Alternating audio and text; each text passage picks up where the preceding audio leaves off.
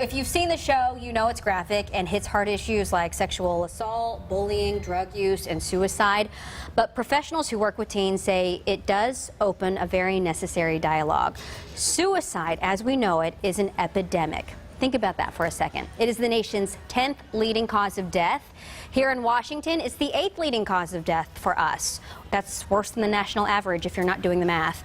University of Washington stats show in Washington more people die by suicide than homicide, and more children, yes, children, will die by suicide than in a car crash.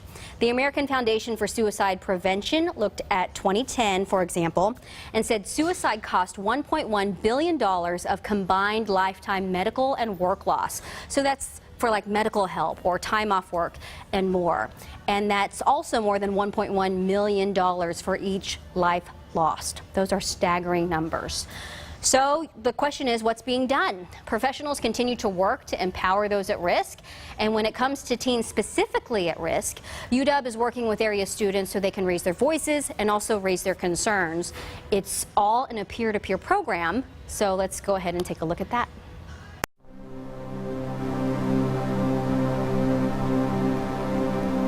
There are some shocking statistics out there, and I almost didn't believe it when I first read them.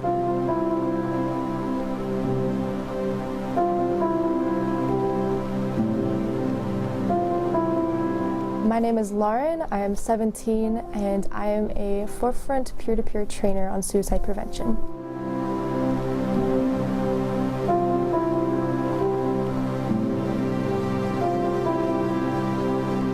It is possible to prevent every suicide, and it's really important to know how to recognize and respond to suicide, and that's what we'll be teaching you today.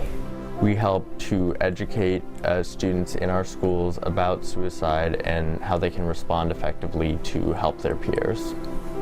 My name is Rory. I'm a senior at Eastside Prep. It affects a lot of people, so many people in our communities in ways that we don't even realize, and that there are concrete steps that we can take to help get people back on the right path and stop this from happening.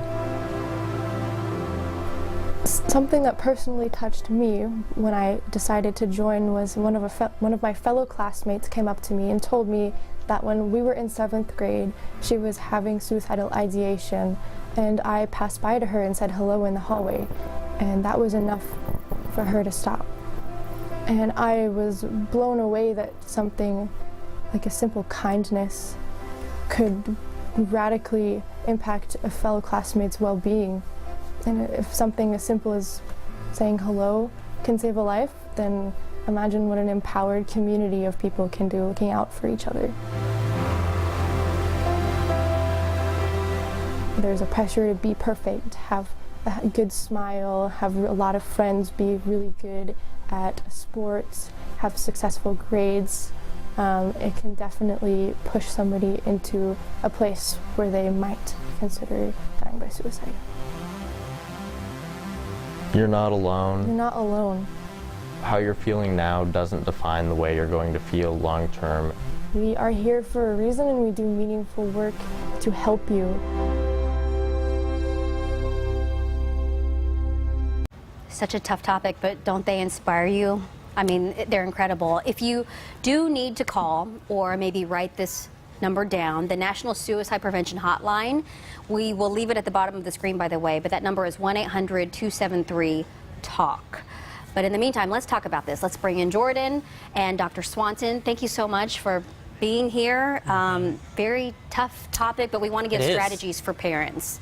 Well, first and foremost, I think, these stories highlight a couple of things. The forces are inundating kids in different ways, right? With the 13 Reasons Why and even the second season launching. I mean, I'm sitting here with a study that was published last week, or an article in Pediatrics, the Journal for Pediatricians, that are 13 things you need to know about the show, right? Because there's so much going on where teens are looking at. There's great data that even after the show launched last year, for example, searches in Google went up 1.5 million times, 26% more searches on how to commit suicide. Wow. So media influences, social media, regular day-to-day interactions that kids and teens are experiencing, there's lots of pressure for them to learn about it, think about it, but we're not doing it so good when it really comes to thinking how are we listening to them and helping identify. This program for the University of Washington is incredible, as is a standard now that all primary care doctors in the state are being trained in a full-day training on how do we take care of patients and families who are suffering from suicide ideation, and thinking about this issue and really getting into it with those numbers. I was actually just talking to Michelle earlier. I was like, do you think shows like this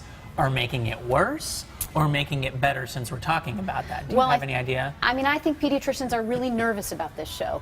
You know, we think this is completely inappropriate for anyone under 13. Yeah. And thereafter, you really want to think carefully, you know, who is your child? Are they at risk for copycat type behaviors? There's good documentation, even, you know, like even literature back in the 18th century, that copycat suicides will come out of that. So this proliferation of those graphic scenes. And there's good data that documents how do we talk about this in media and how not to.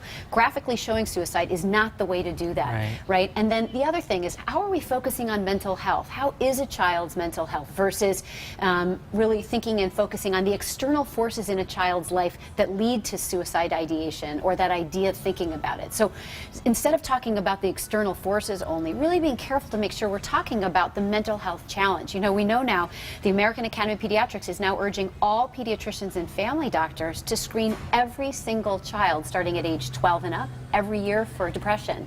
Really be more strategic and systematic about making sure we're asking and we're intervening.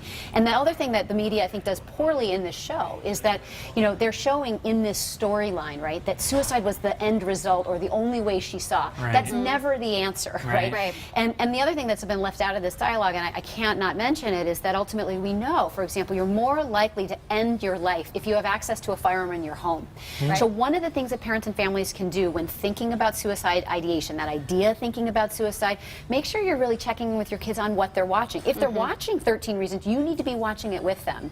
And if they're at risk, you need to really be thinking about how you're talking about why not to do that. And then secondary, if there is a firearm, get it out of the home or make sure that it's locked in a safe and separated from ammunition. Great. Those are great tips. We're out of time, but I do have one question that I have to ask, because the number one, the leading cause of death for 10 to 14 is suicide. So if you're not supposed to have that conversation or screened until you're 12, what do you recommend to between 10 and this is again bubbling up that conversation. If you ever have a concern about your child that is depressed, you ever have a concern about thoughts, any journal entries, any inklings, any post on social media, you go right in and get support from a psychologist at school or a pediatrician and start the conversation. Do not wait. Don't wait. Yeah, Good. don't wait. I mean, Dr. this Swanson, is a serious thank you. thing. It is. Very serious. Don't Epidemic. wait. Yeah. Follow your gut instinct. It's a hard conversation. Use your healthcare providers to help you with it. Right. We're used to it, and we're trained to help and support you. Thank you so Thank much you for so being here. That's much. really good. Yeah. We're going to have Dr. Swanson coming up here a little bit later. In the meantime, we want to get it over to Chris.